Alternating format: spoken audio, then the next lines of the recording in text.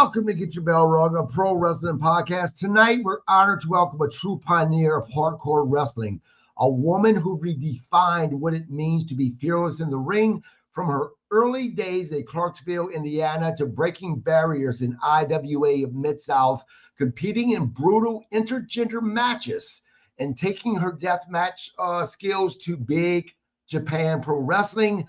She has built a career that's as legendary as it is hard-hitting. She's a multi-time champion, a queen of the deathmatch, and a trailblazer whose toughness, determination, and passion have inspired wrestlers and fans around the world. I am talking about Mickie Knuckles. How are you? I'm good. How are you? I am doing great. Just trying to stay warm in this brutal winter already that we're having. Normally we don't get snow in my area until like around the new year, a little bit after the new year. And this year it started early. I was surprised. I walked outside and they said with the wind chill factor was in the negatives in the beginning of December. So yeah, here in Minnesota for the past few years, we haven't got much snow, but I knew that we were due to pay that receipt and we're doing it this year for sure. So let's get right into it, Mickie, because there's so much to talk about with your career. Let's start back from... I am old, you're right. I'm 53 years old. I promise you're not that old. Oh, I'm 41. Well, you're still young. You're still young. You grew up in Clarksville, Indiana. How did... Well, not necessarily in Clarksville. So most of my life was lived in a place called Otisco, Indiana, which like the closest township to us would be a Charlestown, Indiana, which is where I first ran into IWA Mid-South because they were renting a building in Charlestown, which there's nothing around. So it was the perfect ideal spot for some of us redneck hillbilly folk to come and watch something live entertaining without having to drive half hour to an hour just to go into the city. Because Otisco is probably about 30 to 45 minutes away from Louisville, Kentucky. So it's right on the base border. But Clarksville is where I started training with IWA at the Kg building. I know it's really like, oh, it's just another town. You're right. But no, I grew up in Otisco, Indiana.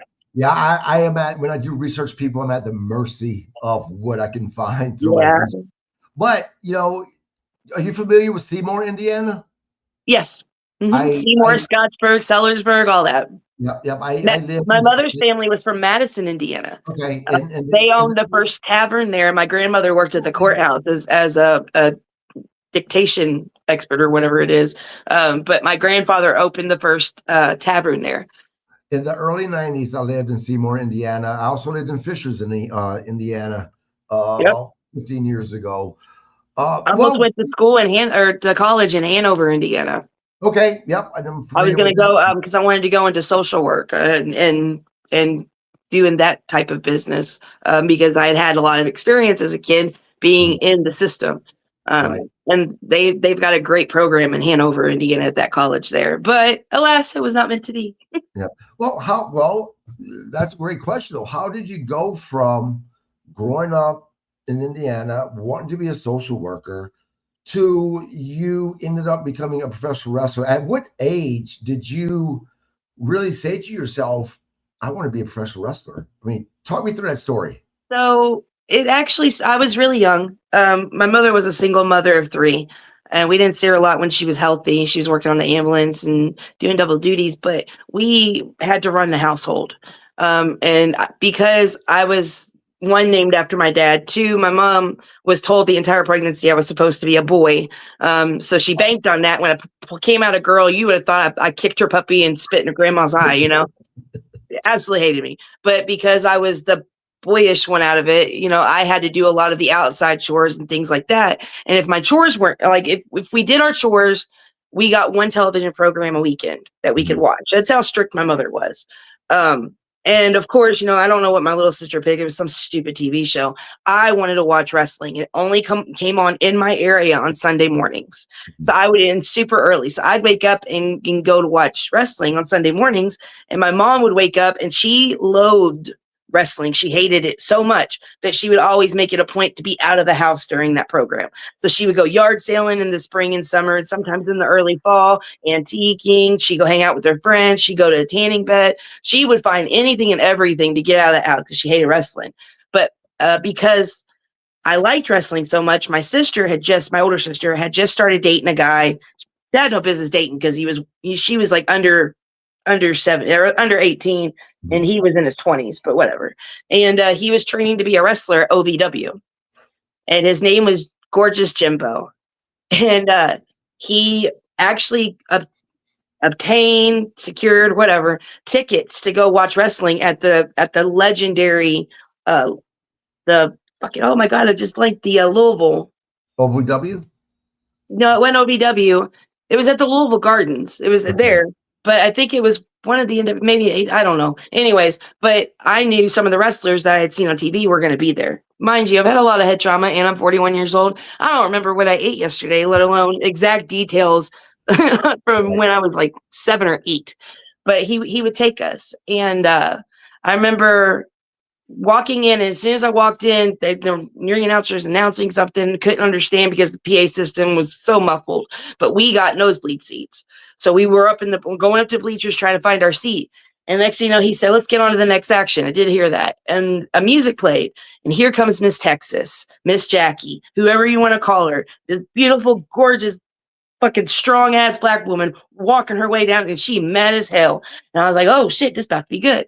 She gets to the ring. She starts talking about this person always sticking their nose in her business. She's had enough. She's going to end it here and now. Boom. So music starts playing, and I look at the ring, at the entrance, right? Mind you, I've always seen guys wrestle guys on TV. You know, if they had a girls anything on TV, it was usually like just girls on girls, and it was cat fighting, not like wrestling. Right. And so I didn't think much of it, but I'm watching the curtain, and this really skinny, small guy walks out and makes his way to the ring. So I continue watching the curtain thinking, well, where's the other girl? Where's this person? You know, this lady's going to fight. He gets in the ring, and he gets in her face, starts yelling, da, da, da. She hauls off and fucking waylays him. Bam. And I was like, oh, and he drops. And my heart, like my whole entire soul just left my fucking body. It was like the greatest thing I'd ever seen. Like my mom was a strong woman, and she would get in fights sometimes at the bar. Now, mind you, we weren't there to see it, but there's a lot of people in town that wouldn't fuck with my mom because she was crazy like me. And so I never really actually seen anything like it. And she beats the fuck out of him. They have the bell rings, ding, ding, ding. They have a match. And I believe that one went to he ended up cheating to win.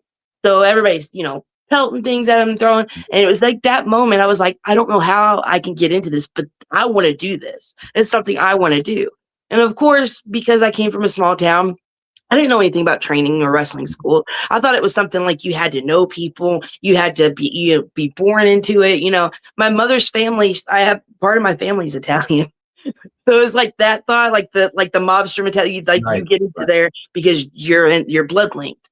And so as I got older, my attentions, I always loved wrestling, always watched wrestling, but my attentions were trying to draw on elsewhere, trying to figure out what path I was going to take. I was in a lot of solo and ensemble competitions in choir.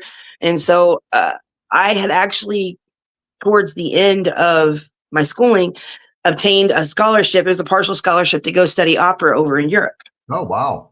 So that was one ideal I was juggling. The other one I was juggling was the Hanover College. But at that time, I was technically a ward of the state because my mother died when I was 13. And my father went to jail for child abuse and neglect. And so we moved in with my sister. And because I was a ward of the state, like there was other things I had to go through. Like at the time, they had some kind of weird, you had to go to junior college before they would, put forth the money to go across seas to study that over here and get these, it was like a scholarship type deal, but you had to maintain a certain thing. And I was juggling with that. I was juggling with the Hanover thing, and IWA Mid-South was renting a building in Charlestown, Indiana. We went and watched because I had seen a couple of their shows when they ran in Louisville at the Kmart building, and they were crazy. There was blood everywhere. People were drinking, having it was just like a massive cockfight. And I'm like, huh. So when we started going to Charlestown, they had announced on the PA you could rent the building, you could rent the ring. And I had been backyard wrestling with my brother-in-law and his friends, which were all pretty big guys, like think 300-400-pound guys. And at the time, I was much smaller than I am. I've had kids and people who shut the fuck up. I still look good to me. Anyways, but they would use me as a test dummy. They would put me through, like if they had to try a new move, try it on Mickie first. If they wanted to do something, I'll do it to Mickie. And when we started renting the building, I remember the promoter's wife came in, to rent the building to us and sit there. And they had put me through a table. They'd hit me in the head with a ceiling tile, like during our little skits or whatever, our little matches. And by the end of it, she was asking me if I wanted to train to be a wrestler. I was like, holy shit, yeah, but money's in it. I worked full-time job ever since I was 14, 15. So like money was an issue because I worked at a Burger King. And I was like, I can only give you this much because, I've got to do this. And she was like, no, we'll train you for free. But the promoter told me this. He said he trained me for free, but he didn't think that, or he would never have a bitch graduate from his school, is exactly what he said. Wow. Yeah. And I was like, all right, hop up here. I don't like being told I can't do something just because I'm a girl. So, so that's how I started training. And I trained 5 days a week for over a year with all different trainers that had all different styles. So you have to constantly adapt to their style. And then I was allowed to debut at the King of the Deathmatch. So going to your training, and correct me if I'm wrong again, I'm at the mercy of what I can research, but they have you train with Chris Hero, Mark Wolf, and Bull Payne. Mm-hmm. Those are three of them. Yep, while also refereeing and handling security at IWA Mid-South. How intense was this training, and was there anything that you struggled with in training that you were determined to overcome so that you can, be that woman to graduate? I think the hardest part about me training is learning to take a front bump or a flip bump, because your head, as I've always had a big ass, I've had a dunk. Okay. So it's not normal for your ass to go over top of your head like that. And I would psych myself out and dome myself all the time, things like that. And that really bothered me. Like, I was like, this is so stupid. I can't get this. And it actually took me a 4-year-old kid who was the trainer's son at the time, explaining to me, it's like a rocket ship and you go straight up. And then when you get to the top point, you dive, and it was like talking to a child that broke it down. And then I felt so fucking stupid. But the training. So like I said, I trained 5 days a week with different trainers: Mark Wolf, Chris Hero, Bull Payne, Tracy Smothers, Punk, when he would stay at the Wrestle House, Indiana, which is what we called Chris Hero and Mark Wolf's place. He would come in and do training. Todd Morton, there was a lot of different trainers, a lot of different styles. Now, Tracy Brooks, is that correct? Tracy Brooks, I have said that she had never seen a girl train as hard as you. I mean, was there like this motivation, something that was driving you more so than me? Go ahead. My family disowned me because of wrestling. My sisters and my brother-in-law and all them. The day I told them I was going to training, my first day of training, I went to the house to get some shorts and stuff. Now, mind you, I had purchased my car from my sister, but I allowed her to keep the lien in her name so she could put it, or keep the title, put a lien on the house, because she wanted to do a renovation to the deck. And so she sold me a car. It was a great price. It was a white Grand Am with the stick shift. Yes, I learned on a stick shift. Ladies can do it, I promise. But it was a white Grand Am, and she sold it to me, and it was a good price. I gave her my tax check that year because I had always tried to work from open to close. Like, I was one of those people when everything happened. And that was me still being in high school. And I did sports too. So when I told him I wanted to train, I lived with my sister and my brother-in-law. The car was in her name, and she was my boss where I worked, which was at a fast food place. The day I told them I was going to train to be a wrestler, that's what I wanted to do. They told me that if I did, or if I left to go do this, that I wouldn't have a place to stay anymore. That my car was now theirs. Like, she's taken the car back, and I wouldn't be able to work at the same place anymore. That she would fire me. And sorry, it's really rough talking about.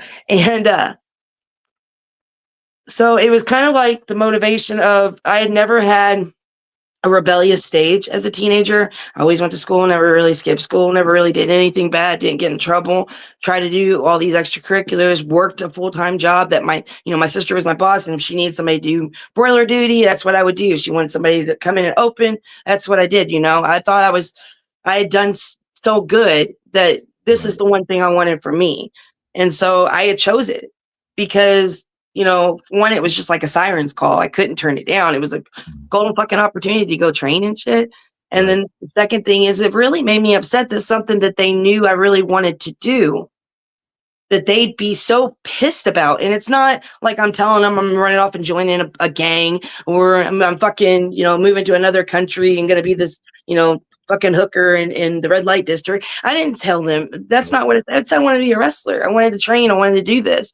And then, it was that. And then on top of the fact of the actual boss, the owner of everything, was saying that I would never make it through, that, like I said, no bitch has ever graduated from his school, and it's not about to start. And it was all those people that had constantly told me I couldn't, or I can't, or I don't. And it goes back to my mother, who would call me, terrible names on a daily basis and tell me how much she hated me every single day.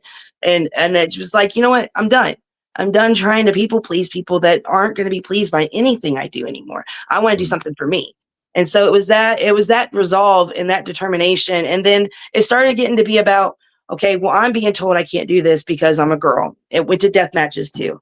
Came to Ian, told him I wanted to do death matches. He straight up wouldn't let me do it. If it wasn't for Pondo, I'd never do death matches, because Pondo was the one that advocated for me in the middle of the ring with the fans. Right. He knew that if the fans said they want to see it, that the boss couldn't deny it anymore. He'd have to give it to him. And then the first match I had was against him, where he beat the shit out of me. But it probably deserved it anyway. But it was because of all that, and then it got to be something bigger than me. Okay, well, if I'm getting told this, how many other people have been told this? No matter what, their sex, their race, their sexual orientation, this is bullshit. If you have a willpower to do something and you truly want to do it, there's nothing stopping you. Nobody can tell you can't do it. Only you can tell yourself you can't do it. Yeah, and so it just kind of turned into trying to prove people wrong. It really did. It turned into a pride thing. Right. Very proud. I'm very proud of it. Eric Stevens, who's going to be in the podcast here very soon, he says, this woman, of course, talking about you, this woman is a bad bitch. Thank you. Tuning in the podcast. I want to go back, though, to whenever you were a kid, because you dealt with a lot of trauma. Was professional wrestling more than you just being a fan? Did professional wrestling as a child on those Sunday mornings turn into your way to escape reality for that hour or however long it was on? Of course. You give me 1 second, because she's going to start crying. I got to let her pee. Hold on 1 second. Yeah. Oh my God. I'm sorry. Hold on a second. No problems. Guys, while we're waiting for her to come back, please subscribe to the podcast. I have some awesome guests coming up, and actually at 7:30 tonight, right after this podcast, myself and Robbie Idol, WCW veteran, we will be doing the recap of Monday Night Raw again. That's right after this, at 7:30. All right, go ahead, Nikki. Sorry, what was the question? Yeah, no, my question was, because of all the drama that, as a young, person going through all this shit that you had to go through, was professional wrestling, this massive escape for you to get out of reality for an hour or two?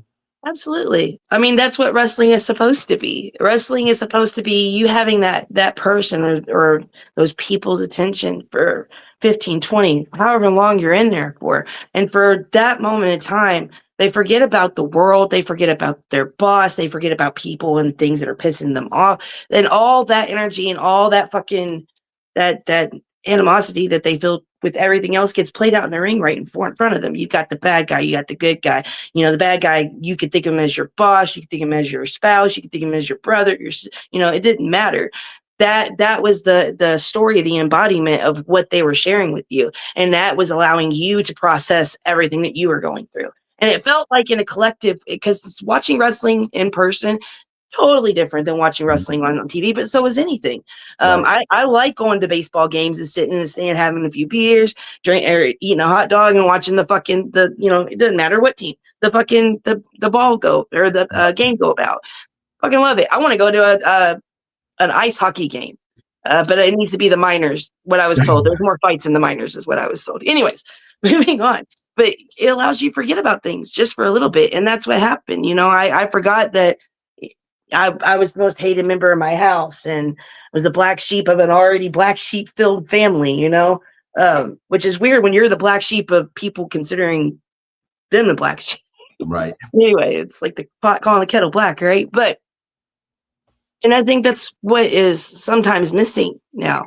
Like you get people who've got great athletic ability and the move sets there and everything else, but sometimes if you don't have that story, that connection to somebody, to those fans or those people, it just feels lost and empty. It just feels acrobatic. And instead of what wrestling is, which everybody's like, oh, that's not wrestling. You know, wrestling is the story, is Right.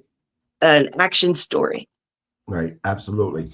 Going back to your training, you know, you're a woman in a predominantly male sport. How hard did you feel like you had to work twice as hard as a woman in order to gain that same respect in this male dominant environment? I was always told by Hero that I would have to work 110% because I'm a female, that I'm a girl, and that I would have to somehow make myself a commodity to where I set myself apart from everybody else. Because it's not just the competitions against other spots like other guys on the card, it's also competition because what do I have that makes me appealing that you or your fans would want to see me above anybody else? And so it became like if the boys did something, I had to do it better. Mm-hmm. If they got something in so many tries, I had to do it better. If they did so many Hindu squats, I had to do more. If we were running laps, I had to run faster. If we were putting up the ring, which I put up the wrestling ring for them for almost 8+ years, I could do it in my sleep, and I did it a lot by myself. And when we had trainees, it was to the point of you'd have 2 trainees carrying a pole or a post, and I would just be carrying it on my shoulder like fucking Paul Bunyan. It's just That's just how it was supposed to be. They invented something called German suplex drills, which I really wish I didn't do, but hey, whatever. Where they make you stand this close to the ropes and grip your hands like this, and then snap back on top of your head as hard as you can in a bridge. Wow. Yeah. And I was like, at the time, I thought that, I thought it was a viable exercise to make my neck muscle strong, which maybe it is, but my abs still got fucked up shit in my neck. And I'm pretty sure it started there because you would hear hissing and stuff all the time. Like if you were sitting in a pool with the water up to your neck, sometimes you can hear hissing through your neck, right? Am I wrong or am I just a weird one? Yeah, no, you're right. So it was like that, but I wasn't in water. And it would be immediately after I stood up. So I'm pretty sure I probably fucked my neck up with that. But I thought it was a drill.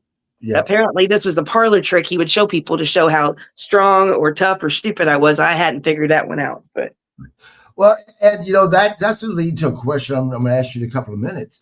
But before we get to that question, you were entering into professional wrestling as a woman during the time that the company, the biggest stage at the time, WWF/WWE, women professional wrestling was truly being treated like sexual objects. It was more about their looks and being treated sexual objects more than their athleticism.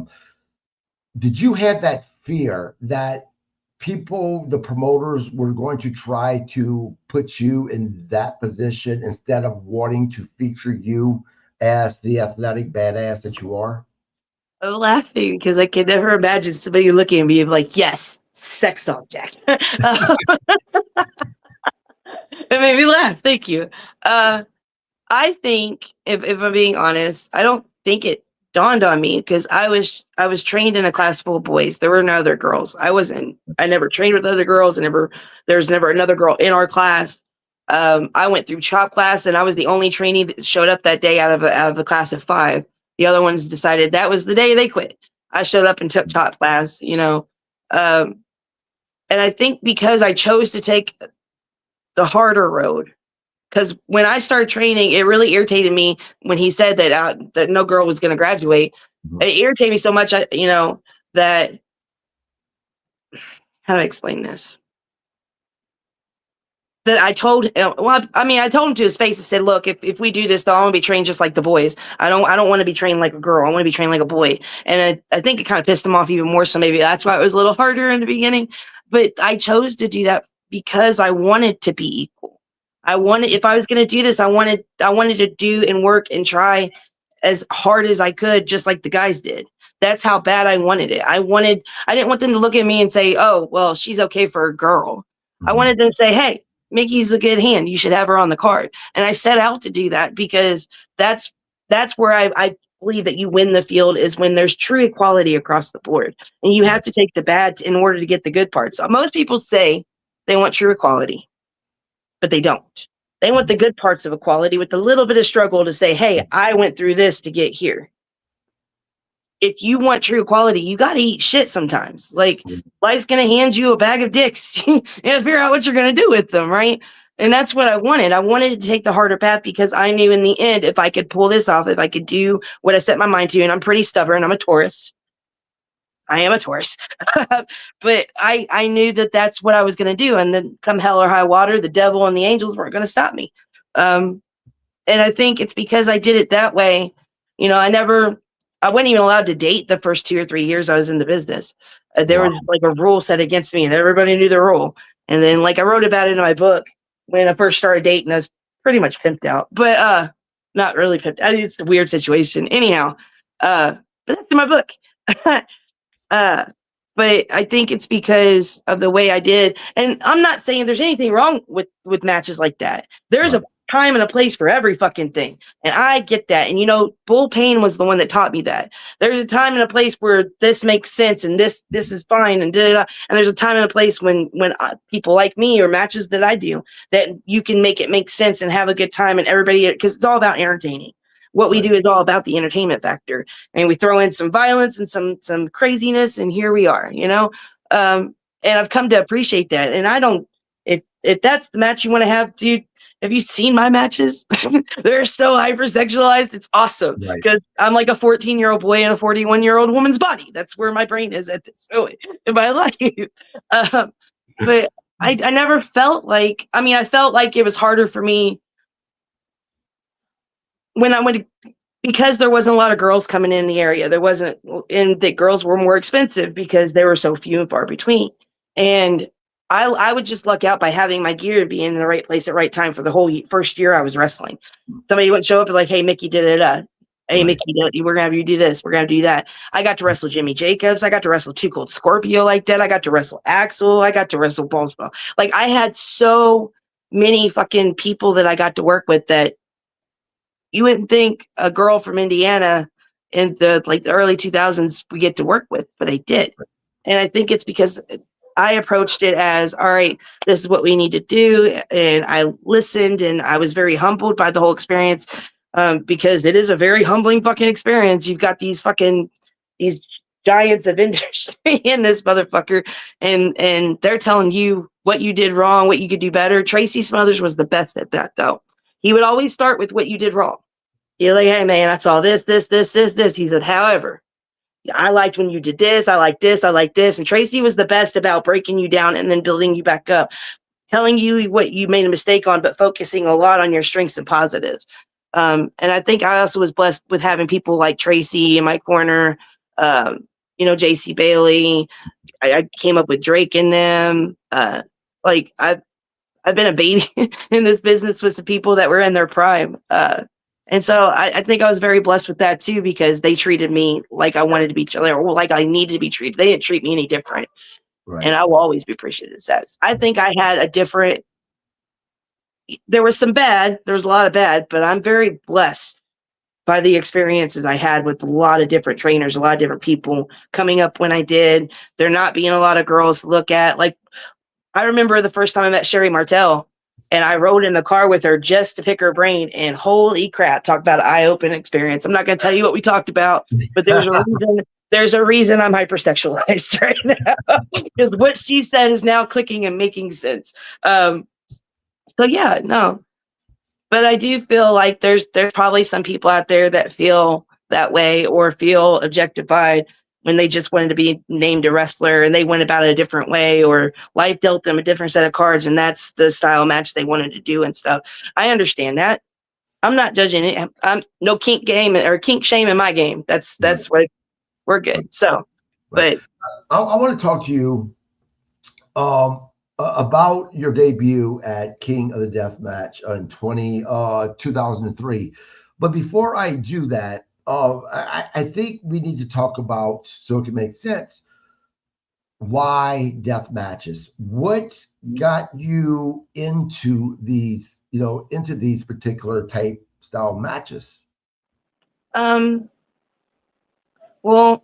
I mean, I did debut in 2003 at King of Death, but it wasn't a non-death match. It was a regular match. Okay. Okay. And for the first few years, I wasn't allowed to do death matches.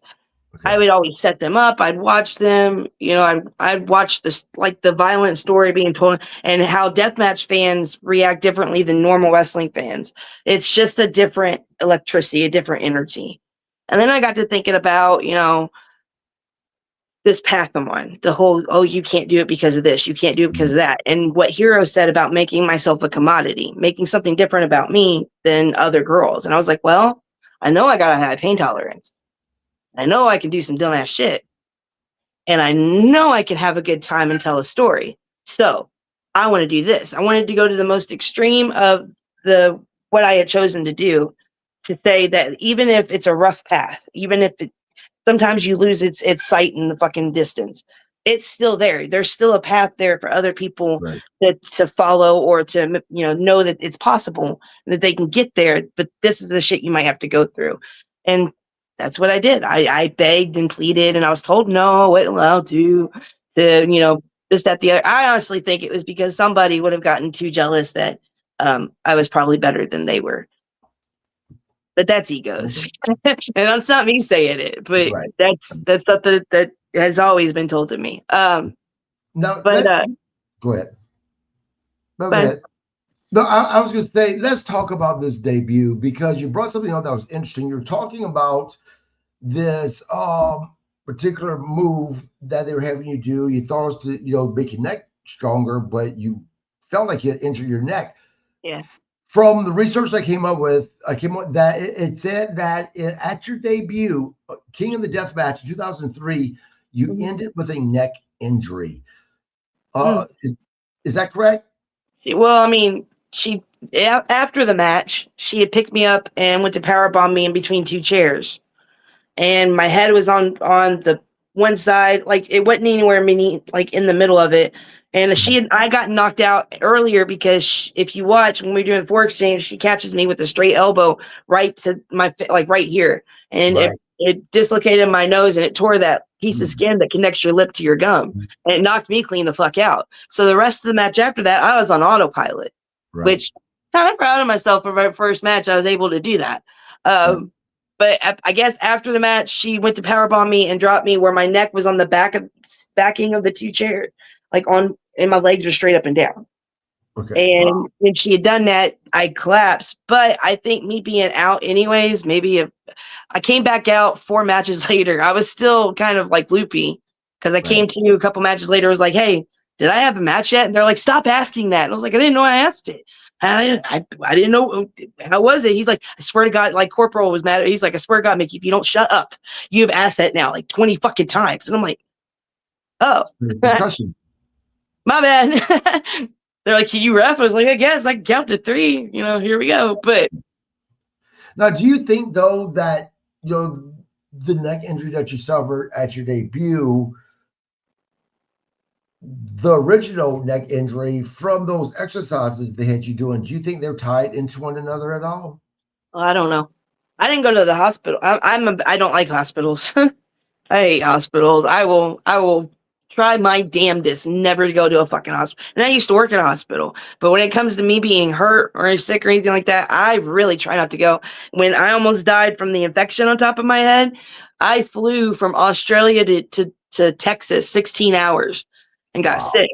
Went to somebody's house that night because I was supposed to wrestle 3 times in 2 days. Woke up the next day, it was crusted over, and I felt, and my eyes were swollen Oh, it's terrible. And I was like, when I looked at them and said, hey, I need to go to the ER. And they're like, are you fucking with us? And I'm like, no, I know it's weird coming from me, but I need to go to the hospital. Like, now, can you take me to the hospital real quick? Yeah. Like, it has to take me almost dying for me to go to the hospital. But if it's a bad cut, if it's anything like even some, like I've broken my fingers, I know there's nothing they can do for me. They're going to splint it and tell me to go to orthopedic doctor, and I'm not going to go. So I just deal with it. I have partial tear syndrome in my right knee, but knock on wood, I've been doing good so far. That's been like there for years. But that's because I have a dead person's cadaver ACL in my knee, so that's pretty fucked up. And the same leg that I have all the metal in from breaking the ankle and the femur. So yeah, but I never went to the doctor or hospital for that. Yeah, my neck was just really sore and stiff and everything else, and went about business as usual. But that's what we're supposed to do, or that's what I was taught to do. Right. Now, I don't want to go too much further without talking about two people that you mentioned, Tracy Smothers and Sherry. The amazing Sherry Mattel. Let's talk about Tracy Smothers first. You want to talk about a legendary guy in professional wrestling. Tracy Smothers absolutely is. Is there anything that you took from him, one specific thing that you keep in mind to this very day? You gotta amuse yourself. But he'd always say that. Anytime something would happen, he'd be like, hey, man, you gotta amuse yourself, man. And it took me a bit to understand what that means, but we have to be happy. We have to be happy. We have to be fun. We have to be entertained ourselves. Otherwise, what are you doing this for? You gotta entertain yourself. And I think it's that mentality when I go to shows, because I still get nervous before I wrestle. I think most people do. But that's my anxiety. But it's a good nervous. It means that I care, that I want to do good. I want to have this match for you all. But a lot of things I do in my matches entertain me. Like, you'll find me stopping to laugh at myself. Like, damn, that was a good one. So I hope somebody got that one. That was fun. But yeah, and it's a battle. He would always say that too. It's a battle. It's a battle. What about Sherry? What did you take away from that car ride with Sherry that has stuck with you to this day, all these years later within your career? Because she was someone else. She would talk about a woman that didn't open doors; she kicked doors open. Mm-hmm. Fucking sensational Sherry Martel. She, I guess the biggest thing, and I didn't actually embrace it or do anything with it, until I hit a moment in my life when I had reached truly bottom. Like, my marriage was failing and it was a miserable existence, and I wasn't happy, and I didn't know how to make my kids happy, and I was a new single mother, and I was like 300 pounds. Like, I was really, like, I'm a lot smaller than I used to be, and I'm trying, guys, but when you get older, it's harder to lose weight naturally and in a healthy manner. I could do it in the wrong manner, but I don't want to do that. That just sounds it's true. I'm 53 years old. I just dropped 60 pounds. And let me tell you, you're right. It took me 5 months what I used to be able to do in 2 months. Mm-hmm. Age, man. It's Father Time is the most the only undefeated thing there, to deal with. Well, I don't know, because I've also been the busiest in the last 4 to 5 years. I've been pretty consistently busy, which I'm very blessed and lucky. But even with this, I think I only took one weekend, and that was my kid's birthday weekend anyways, because I had 2 November babies. God hates me.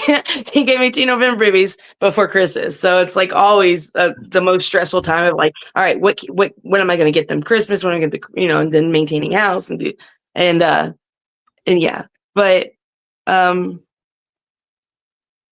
know. Hold on 1 second. I almost had an anxiety attack. It's so fucking weird. Sorry. You're good. You're good. Just friends talking. Yeah, I know. No, I get these. This is what I tell people about PTSD. It happens, but you got to navigate through it. You got to learn. This helps, whatever. But what was the question again? You're talking about, this is the busiest you've been in a long time. You're talking about getting Oh, older. age hasn't really slowed me down with that. Yeah. Yeah. Sorry, I was thinking, yeah. But age hasn't really slowed me down with that. I've been pretty blessed, pretty busy. I hope to stay pretty busy. I'm going to Japan here in a few weeks. I've got some shows coming up at the end of this month. And then I think in February, I'm not necessarily sure, there might be an international booking depending on some situations. But I know in March through June, I'm pretty busy every weekend. So, Right. Let's talk about your first death match yeah. that you had. Walk me through that day. What was going through your mind? Someone could say they've watched death matches a million times. It's so different than actual being in one. I have to imagine. Talk to me about your thoughts throughout the day, and tell me what's going through your head the exact moment you were walking out to this match. So the first one was against Ian. And the way this match was set up is Pondo, one day at a show in Indianapolis, grabbed the microphone. It was right before King of the Death. And he said, "Does everybody want to see Mickie in a death match?" And everybody just cheered. And Ian was standing right by the ticket table. And so like he kind of called Ian out in front of people. So I already knew that he was irritated and upset with me because he doesn't like being put on and then he's forced to do it. Right. So as a punishment, I had to wrestle him in my first death match. And I knew it was going to be rough. But I was okay with that. If that was the price I had to pay to get what I really wanted, so be it. I remember making some of the weapons and knowing, well, this will be used later. That jug bat that we made, he ended up, the first swing he did, he golf swung it. I bent over to pick up something and he golf swung it, hit me square in the face. Ooh. Knocked me for a loop. Like I remember telling the ref, "Hey, hold on a second." Think about it just kept on from there. But it had to be that way. That was what I had to endure. And I was okay with that. Pain hurts, but only for a little bit, right? Mm-hmm. And I grew up, my mom made me a deathmatch wrestler. My mom beat my ass every day, guys. So yeah, it's all in the book. but yeah, it was nerve-wracking. It was worrying, like, am I going to do a terrible job to where I'm never going to be allowed to do this again? And then this is all for nothing. Am I going to fail this? And then the other part of it was, I didn't have a choice. I couldn't fail this. I wasn't going to allow myself to fail that moment because that's something I had fought and tried to get for a year and a half at that point. But yeah, it worked out, I think. I mean, you have a pretty big name, so I have to imagine, pretty sure it did work out for you. Let's talk about TNA for a moment before we get into talking about someone. Talk to me about your time in TNA. Talk to me about you getting that call to go to TNA, and what did that mean to you? So, to get my job in TNA, I ended up working a show Hurt, and that Terry Taylor happened to be on. The night before I wrestled Mischief, which Mischief was always like incredible. She did ballerina, like she did ballet dancing when she was a kid, and she was super flexible and stuff. She was also a genetic scientist, though. Like she's really a fucking cool person to know. But she did a reverse Frankensteiner, and when I landed, it was all probably my fault. But when I landed, somehow, some way, I tore the lumbar muscle in my lower back. Oh.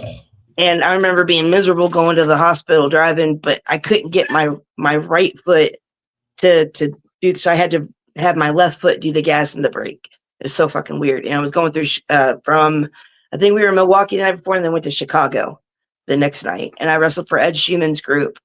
And I had them tape up my midsection and asked her, to work my midsection, not my back. Try not to touch my back. Well, she forgot because most of her moves are like stretch base, submission base. So I remember her having me upside down on her knee in my back, pushing my head and my knees down, and like tears rolling up my face, being like, "What the fuck, dude?"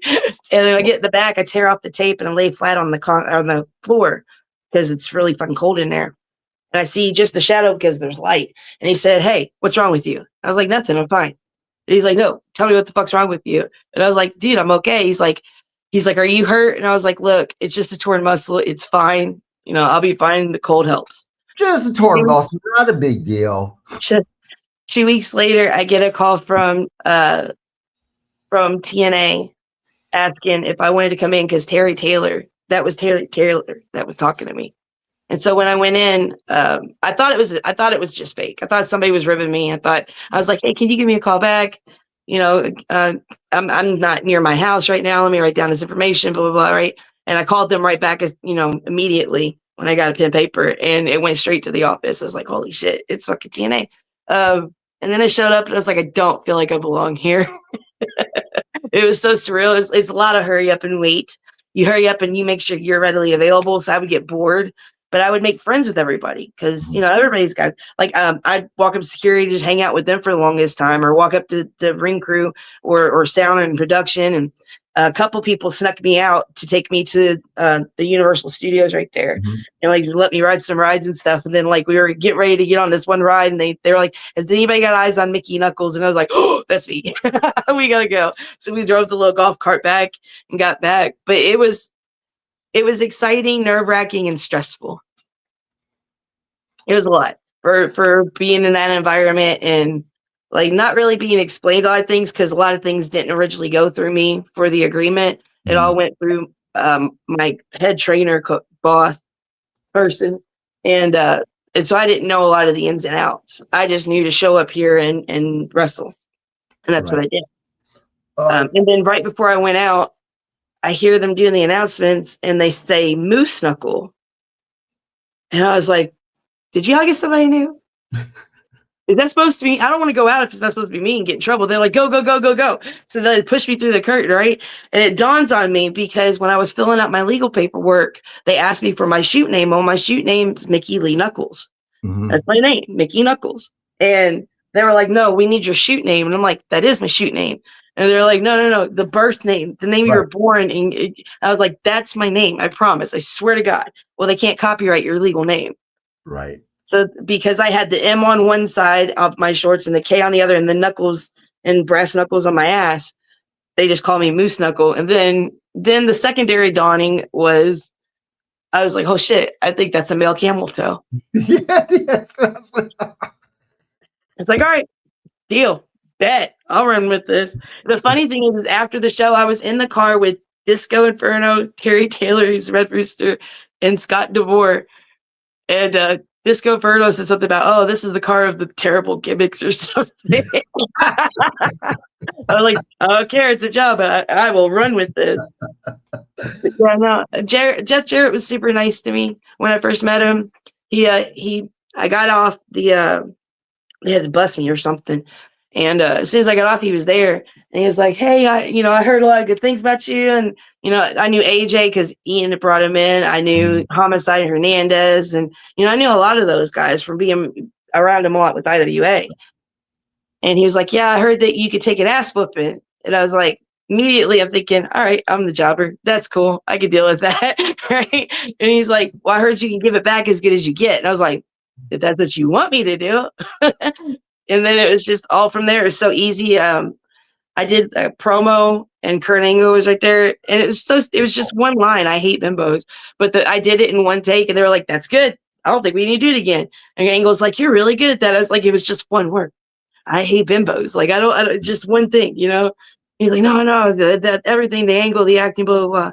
But yeah, no, it was definitely different. I don't know. I like what I'm doing now with the companies I'm working with now. Right. Jeannie, and I'm sorry, Jeannie, if I mispronounced that, I am so sorry. Our Martello says that Mickie Knuckles is a true legend, and she's a sweetheart and the GOAT. Before I ask you this next question, we only have about 10 minutes left because I have another podcast tonight. Can we do a part 2? Because there are so many layers. I'm so sorry, I talk a lot. No. You are awesome. There's so many layers and I want you to get into it. And there's so much to get into. And I don't want to skip it. So can we reschedule schedule part 2? Sure. And I'm gonna make sure that it's a day that I have nothing going on podcast. All right, I'm long-winded. Look, I love some beers. We'll make this the party. Yeah, I love it. let's finish the 10 minutes talking about TNA, because the next segment I was going to go to was talking about someone that I know is very special to you. And I want to say that to begin the next podcast with. If you're wondering who I'm talking about, I am talking about Necro Butcher. So I want to start talking about him and who he means, what he means to you on our next podcast. I'll have you scheduled pretty quickly here. Let's talk a little bit more about TNA. We'll end up on that before we have a part 2 the next week or so. What was your most memorable match in TNA, and who with and why? I only had a couple. It is like an interference or two, but I only had a couple before I broke my femur. And that was the one with Roxy, and then the tag. But see, the thing about the tag is when we were all sitting down, kind of figuring out what we're going to do, a lot of that was put together by me. And I took a lot of pride in that. Like that, the fact that these other girls have been doing it longer, took some, because they were asking, well, what do you want to do? And it's the first time I've been asked what I want to do or what I think or what we should do. And like a lot of that was coordinated or whatever, which is crazy to say because I don't coordinate shit.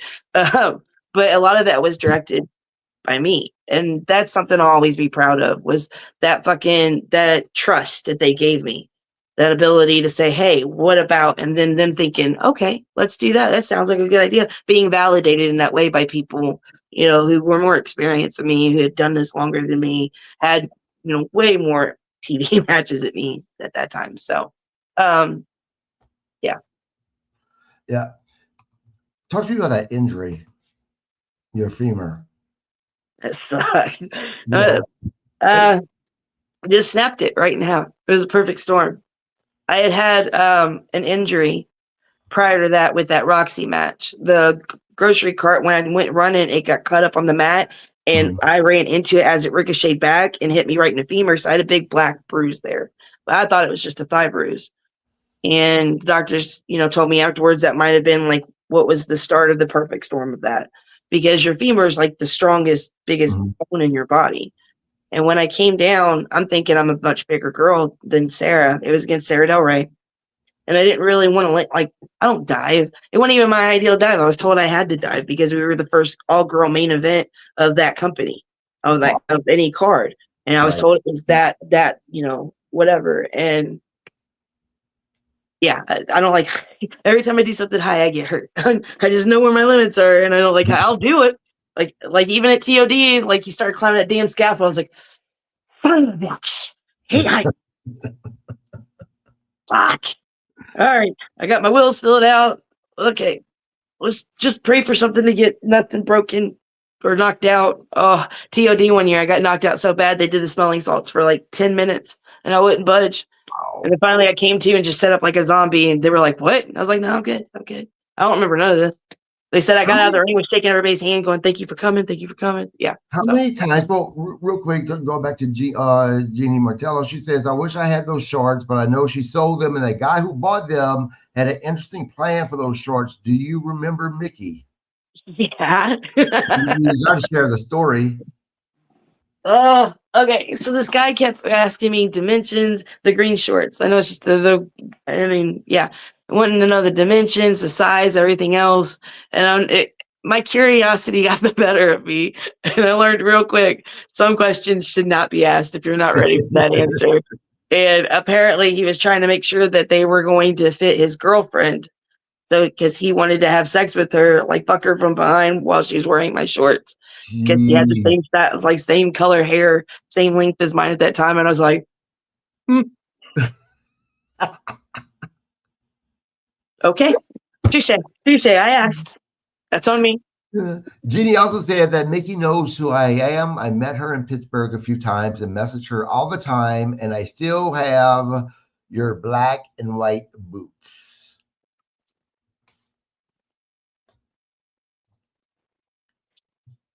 Probably do. I'm better with faces than names, though. I've always been that way, though, even as a kid. Like I'll remember your face or like a moment we had or something, like a little obscure event. Like that's how my memory works. But yeah, Yeah. Probably do. I saw your picture, but I feel like that name sounds highly familiar. Black and white boots. I don't remember.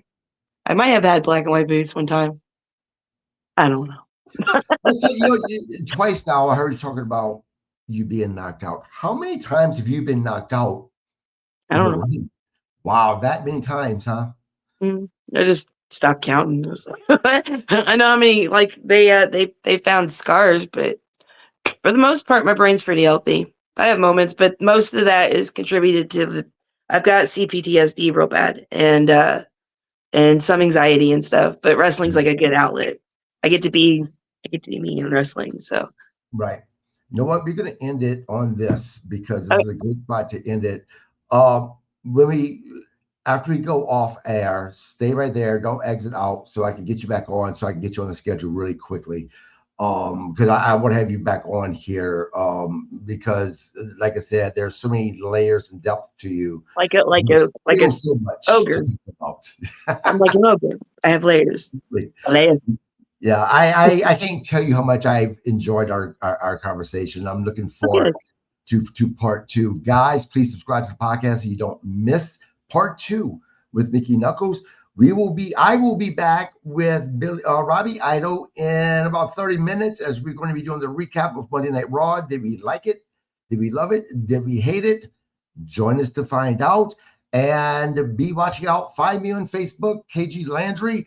That's where I put the schedule out, but the people have put on the podcast, and I will be putting up really quickly when Mickie Knuckles will be coming back on for part two to be talking about Necro Butcher, to be talking about even her kids and how they handle her being in professional wrestling, and so many other things there are to talk to her about her career. Again, Mickie, thank you so very much. You're an awesome person. I had so much fun talking to you. I'm glad you had fun. Me too. Yeah, I'm looking forward to it too. You guys have a great night. See you all in about 30 minutes, guys.